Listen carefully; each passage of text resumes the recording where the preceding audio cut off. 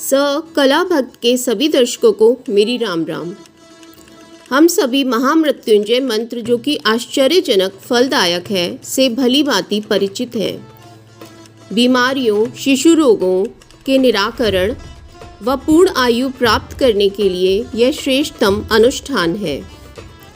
मृकंडू मुनि जो कि संतानहीन थे, उन्होंने भगवान शंकर की आराधना से वरदान रूप में मार्कंडेय मुनि को पुत्र रूप में पाया, जिसे भगवान शंकर ने 16 वर्ष की आयु उस समय दी थी।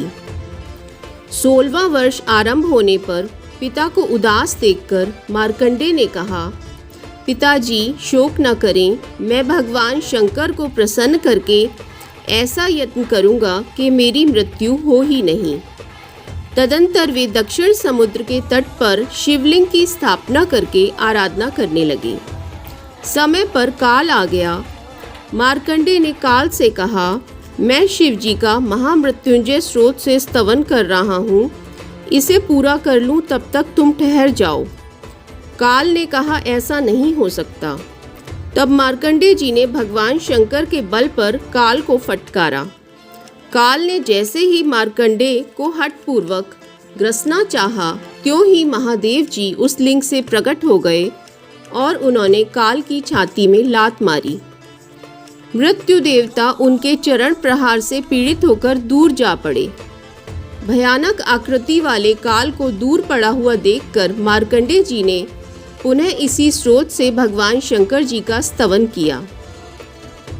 इस स्रोत के श्रद्धापूर्वक कम से कम 108 पाठ से मरणासन्न मनुष्य भी अच्छे हो जाते हैं, यह अनुभूत है। स्रोत इस प्रकार है। कैलाश के शिखर पर जिनका निवास गृह है, जिन्होंने मेरुगिरी का धनुष, नागराज वासुकी की प्रत्यंचा और भगवान विष्णु को अग्निमय बाण बनाकर तत्काल ही दैत्यों के तीनों पुरों को दग्ध कर डाला था, संपूर्ण देवता जिनके चरणों की वंदना करते हैं, उन भगवान चंद्रशेखर की मैं शरण लेता हूँ। यमराज मेरा क्या करेगा। मंदार, परिजात, संतान, कल्प वृक्ष और हरिचंदन, इन 5 दिव्य वृक्षों के पुष्पों से सुगंधित युगल चरण कमल जिनकी शोभा बढ़ाते हैं, जिन्होंने अपने ललाटवर्ती नेत्र से प्रकट हुई आग की ज्वाला में कामदेव के शरीर को भस्म कर डाला था, जिनका श्री विग्रह सदा भस्म से विभूषित रहता है, जो भव सबकी उत्पत्ति के कारण होते हुए भी भव संसार के नाशक हैं तथा जिनका कभी विनाश नहीं होता, उन भगवान चंद्रशेखर की मैं शरण लेता हूँ। यमराज मेरा क्या करेगा।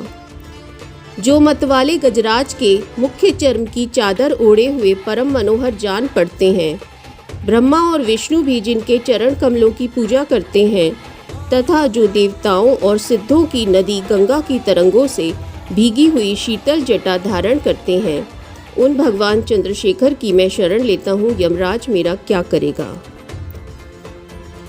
गेंडुली मारे हुए सर्पराज जिनके कानों में कुंडल का काम देते हैं, जो वृषभ पर सवारी करते हैं, नारद आदि मुनीश्वर जिनके वैभव की स्तुति करते हैं, जो समस्त भुवनों के स्वामी, अंधकासुर का नाश करने वाले, आश्रित जनों के लिए कल्प वृक्ष के समान और यमराज को भी शांत करने वाले हैं, उन भगवान चंद्रशेखर की मैं शरण लेता हूँ। यमराज मेरा क्या करेगा। जो यक्षराज कुबेर के सखा, भग देवता की आंखें फोड़ने वाले और सर्पों के आभूषण धारण करने वाले हैं, जिनके श्री विग्रह के सुंदर वाम भाग को गिरिराज किशोरी उमा ने सुशोभित कर रखा है, कालकूट विष पीने के कारण जिनका कंठ भाग नीले रंग का दिखाई देता है, जो एक हाथ में फरसा और दूसरे में मृग मुद्रा धारण किए रहते हैं, उन भगवान चंद्रशेखर की मैं शरण लेता हूँ। यमराज मेरा क्या करेगा। जो जन्म मरण के रोग से ग्रस्त पुरुषों के लिए औषध रूप है, समस्त आपत्तियों का निवारण और दक्ष यज्ञ का विनाश करने वाले हैं, सत्व आदि तीनों गुण जिनके स्वरूप हैं, जो 3 नेत्र धारण करते, भोग और मोक्ष रूपी फल देते और संपूर्ण पाप राशि का संहार करते हैं, उन भगवान चंद्रशेखर की मैं शरण लेता हूँ, यमराज मेरा क्या करेगा। जो भक्तों पर दया करने वाले हैं, अपनी पूजा करने वाले मनुष्यों के लिए अक्षय निधि होते हुए भी जो स्वयं दिगंबर रहते हैं, जो सब भूतों के स्वामी, परात्पर, अप्रमेय और उपमा रहित हैं, पृथ्वी, जल, आकाश, अग्नि और चंद्रमा के द्वारा जिनका श्री विग्रह सुरक्षित है, उन भगवान चंद्रशेखर की मैं शरण लेता हूँ, यमराज मेरा क्या करेगा। जो ब्रह्म रूप से संपूर्ण विश्व की सृष्टि करते, फिर विष्णु रूप से सबके पालन में संलग्न रहते और अंत में सारे प्रपंच का संहार करते हैं, संपूर्ण लोकों में जिनका निवास, तथा जो गणेश जी के पार्षदों से घिरकर दिन रात भांति भांति के खेल किया करते हैं, उन भगवान चंद्रशेखर की मैं शरण लेता हूँ, यमराज मेरा क्या करेगा। रू अर्थात दुख को दूर करने के कारण जिन्हें रुद्र कहते हैं, जो जीव रूपी पशुओं का पालन करने से पशुपति, स्थिर होने से स्थाणु, गले में नीला चिन्ह धारण करने से नीलकंठ और भगवती उमा के स्वामी होने से उमापति नाम धारण करते हैं, उन भगवान शिव को मैं मस्तक झुकाकर प्रणाम करता हूँ, मृत्यु मेरा क्या कर लेगी। जिनके गले में काला दाग है, जो कला मूर्ति, कालाग्नि स्वरूप और काल के नाशक है, उन भगवान शिव को मैं मस्तक झुकाकर प्रणाम करता हूँ, मृत्यु मेरा क्या कर लेगी। जिनका कंठ नील और नेत्र विकराल होते हुए भी जो अत्यंत निर्मल और उपद्रव रहित है, उन भगवान शिव को मैं मस्तक झुकाकर प्रणाम करता हूँ, मृत्यु मेरा क्या कर लेगी। जो वामदेव, महादेव, विश्वनाथ और जगत गुरु नाम धारण करते हैं, उन भगवान शिव को मैं मस्तक झुकाकर प्रणाम करता हूँ, मृत्यु मेरा क्या कर लेगी।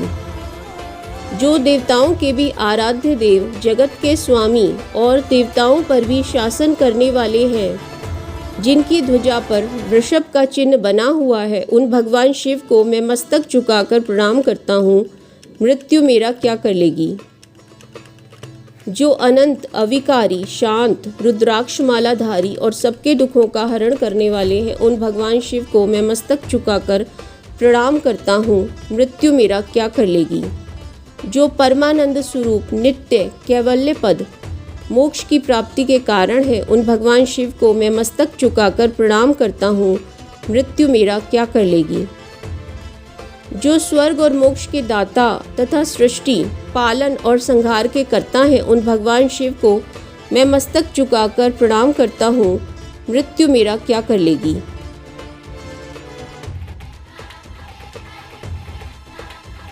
इस प्रकार शंकर जी की कृपा से मार्कंडेय जी ने मृत्यु पर विजय लाभ किया था। शिव पुराणगत रुद्र संहिता के सती खंड में महामृत्युंजय मंत्र की महिमा से मंडित महर्षि दधीची और राजा शुभ का एक रोचक आख्यान इस प्रकार आता है। ऋषि पुत्र दधीची और राजकुमार शुभ दोनों एक ही आश्रम में पढ़ते थे। दोनों में अच्छी मित्रता हो गई। जब आश्रम से वे गृहस्थ आश्रम के लिए विदा हुए तो शुभ ने कहा, मैं राज्य सिंहासन पर बैठ जाऊं, तब आपको कोई आवश्यकता हो तो मेरे पास आना, मैं पूर्ति करूंगा। यह सुनकर दधीची ने कहा, ऋषियों को क्या आवश्यकता होगी, हम तो राजाओं को भी देने की शक्ति रखते हैं। इससे राजकुमार कुछ खिन्न तो हुआ, किंतु मित्रतावश कुछ नहीं बोला। जब वह राज्य सिंहासन पर आरूढ़ हुआ तो उसने ऋषि पुत्र को संदेश भेजा। दधीची भी आशीर्वाद देने गए। तब शुभ ने कुछ देना चाहा तो फिर वे ही वाक्य कहे। धीरे धीरे विवाद बढ़ा। दोनों स्वयं को एक दूसरे से श्रेष्ठ बताने लगे और एक दूसरे की हीनता भी दिखलाने लगे।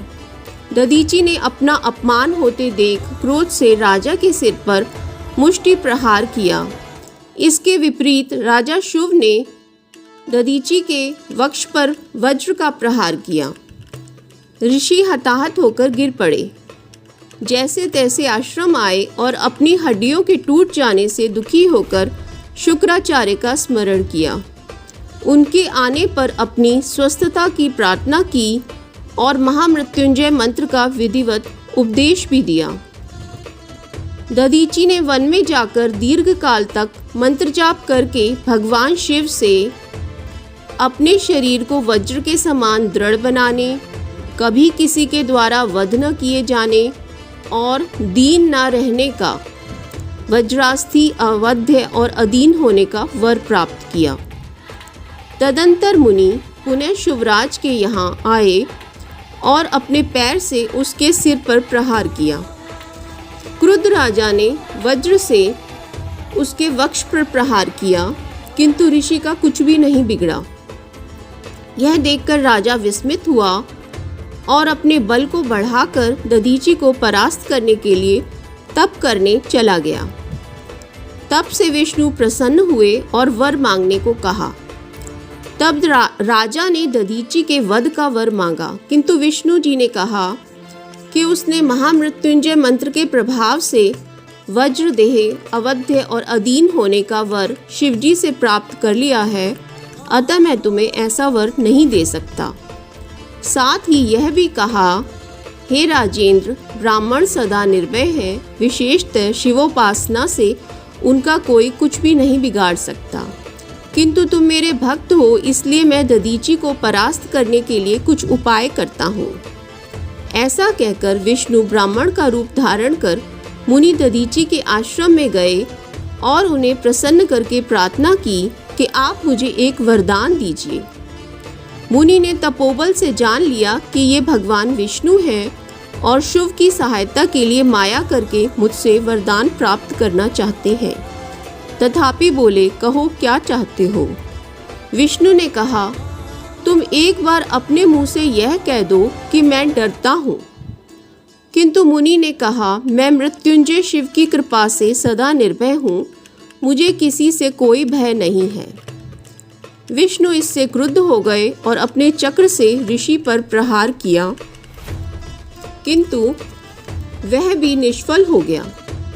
तब अन्य ब्रह्मास्त्र आदि का प्रयोग करने के लिए विष्णु ने इंद्रादि देवताओं को आज्ञा दी। उनके अस्त्रों से भी ऋषि का कुछ नहीं बिगड़ा। दधीची ने कुछ कुशाओं का अभिमंत्रित करके उन पर छोड़ा। वे ही त्रिशूल बनकर देवताओं को त्रस्त करने लगीं। सभी आयुधों ने त्रिशूल को प्रणाम किया और देवता भी भाग खड़े हुए। तब विष्णु ने अपना विराट स्वरूप बनाया। मुनि ने उसे देखकर कहा, हे विष्णु, आप अपनी माया छोड़ दीजिए, भगवान शिव के प्रभाव से आप मेरे शरीर को देखें। ऐसा कहकर दधीची ने भी विराट स्वरूप दिखलाया। विष्णु यह देखकर हतप्रभ हो गए। तभी वहां शिव राजा आया और मृत्युंजय शिव के प्रभाव से विष्णु को प्रभावहीन देखकर उसने कहा, भगवान आप शांत हो जाएं, मैंने मृत्युंजय शिव का प्रभाव जान लिया है। यह कहकर उसने दधीची को प्रणाम किया और अपने द्वारा अभिमानवश किए गए प्रहार आदि के लिए क्षमा याचना की। इस प्रकार महामृत्युंजय मंत्र के जप का प्रभाव बहुत ही महत्वपूर्ण है। बाद में इंद्र के द्वारा उनकी हड्डियों के मांगने पर दधीची ने विश्व कल्याण के लिए अपनी अस्थियों का दान किया था और उन्हीं को अस्त्र बनाकर इंद्र ने राक्षस राज का नाश किया था। यह भी प्रसिद्ध है। ऐसे हितकारी भगवान महामृत्युंजय की आराधना करना अपने जीवन को अमर बनाना ही है। जप के लिए एक शुद्ध और पवित्र स्थान निश्चित करें। नियमित समय ब्रह्म मुहूर्त 4 से 6 बजे हो तो बहुत अच्छा है। सामने आराध्य का चित्र हो, नियत जप की संख्या हो, रुद्राक्ष की माला हो, नहीं तो करमाला का प्रयोग करें। निश्चित मंत्र हो, यथासंभव मंत्रार्थ का चिंतन करें। मन को स्थिर रखें। जप पूरा होने पर श्री महामृत्युंजय देवतार्पण मस्तु कहकर जल छोड़ दें। यजुर्वेद संहिता में महामृत्युंजय मंत्र इस प्रकार है। त्र्यंबकम यजामहे सुगंधिम पुष्टिवर्धनम उर्वारुकमेव बंधनान मृत्योर्मुक्ष्ये मामृतात्। संपुटित महामृत्युंजय मंत्र इस प्रकार है। ओम हौम जूम सह ओम भूर्भुवः स्वः ओम त्र्यंबकम यजामहे सुगंधिम पुष्टिवर्धनम उर्वारुकमिव बंधनान् मृत्योर्मुक्षीयमामृतात्। ओम स्वः भुव भू ओम सः जूम होम ओम। मानसिक शांति के लिए भी महामृत्युंजय मंत्र जाप बहुत लाभप्रद है। इस संबंध में एक दृष्टांत स्मरण आता है। वह इस प्रकार है। एक राजा अपनी इच्छा और आवश्यकता की पूर्ति ठीक तरह से ठीक समय पर हो जाए इसके लिए बड़ा प्रयत्न करता था। इसके लिए उसने अच्छे से अच्छे नौकर रखे थे, सभी प्रकार के उपकरण साधन जुटा लिए थे, किंतु उसकी मनचाही बात की पूर्ति में कुछ कमी हो जाती थी, कुछ विलंब हो ही जाता था। इस कारण वह बहुत चिंतित रहता था। धीरे धीरे मानसिक अशांति का वह शिकार हो गया। एक बार एक साधु उसके यहाँ आए और प्रसंगवश राजा की अशांति का कारण पूछा। राजा ने अपनी परेशानी का कारण बतला दिया। साधु ने कहा, इसमें परेशान होने की क्या आवश्यकता है। मैं तुम्हें एक सेवक देता हूँ जो सभी कार्य ठीक समय पर ठीक तरह से कर देगा। और अपने तप से एक यक्ष को प्रकट किया, उसको आज्ञा दी कि राजा जो भी कार्य करने की आज्ञा दे उसे यथा समय यथोचित रूप से पूर्ण करना। यह सुनकर यक्ष ने स्वीकृति देते हुए राजा से विनम्र निवेदन किया, मैं काम तो करूँगा किंतु कभी शांत नहीं बैठूंगा और काम नहीं मिला तो आपको खा जाऊंगा। राजा ने सोचा, इसमें कठिनाई क्या है, मेरे पास काम की क्या कमी है, अनेक कार्य हैं, और उसने स्वीकृति दे दी। सेवक ने कार्य आरंभ किया। राजा आज्ञा देता और उसी क्षण वह यक्ष इच्छित वस्तु उपस्थित कर देता। उसमें किसी भी प्रकार की कोई कमी नहीं रहती। बड़ी बड़ी कार्य सूचियाँ बनाई जाती, कठिन से कठिन कार्य दिया जाता, किंतु वह तो क्षण भर में ही सब पूर्ण कर देता और उसी समय उसकी शर्त का भय सवार हो जाता। राजा शांति प्राप्त करने के स्थान पर और भी अशांत होने लगा। उसके द्वारा खाए जाने का डर उसके लिए मानसिक अशांति का कारण बन गया। कुछ समय के पश्चात वे ही साधु वापस आए और राजा से कुशल समाचार पूछा। राजा ने बहुत दुखित स्वर में साधु से कहा, मैं तो बहुत अशांत हूँ, इससे मुक्ति दिलाइए। सब कुछ समझकर साधु ने राजा से कहा, चिंता न करो, मैं तुम्हें एक उपाय बताता हूँ, उसे करने से कष्ट दूर होगा। और उन्होंने राजा को बताया कि अपने सामने एक सीढ़ी बनवा लो और जब काम ना हो तो इस यक्ष को आज्ञा दो कि इस सीढ़ी पर चढ़ो और उतरो। इसमें वह प्रमाद करे तो उसे दंडित करने के लिए 2 सेवक ऊपर नीचे और लगा दो। इससे यह यक्ष कभी चुप नहीं बैठ सकेगा। यह प्रक्रिया राजा के लिए वरदान सिद्ध हुई और वह सुखी हो गया। इस दृष्टांत का अर्थ यह है कि मनुष्य राजा है और उसकी अनेक इच्छाएं हैं। उसे मन रूपी यक्ष जैसा सेवक प्राप्त होता है, किंतु कभी वह शांत नहीं बैठता और अपनी शर्त के अनुसार कार्य ना होने पर मनुष्य को खाने लगता है।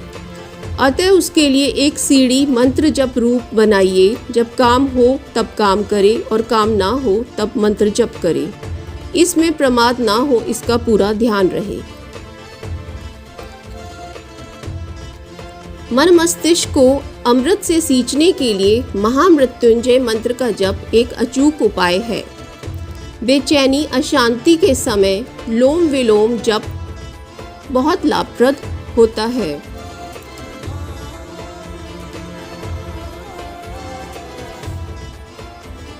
इस प्रकार मंत्र के अक्षरों में प्रणव की योजना करें। अभ्यास जैसे जैसे बढ़ता जाए मंत्र की योजना प्रक्रिया में परिवर्तन करना चाहिए।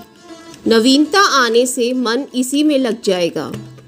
जप से थक जाने पर ध्यान करें, ध्यान से थक जाने पर स्रोत पाठ करें। यह भी उत्तम पद्धति है।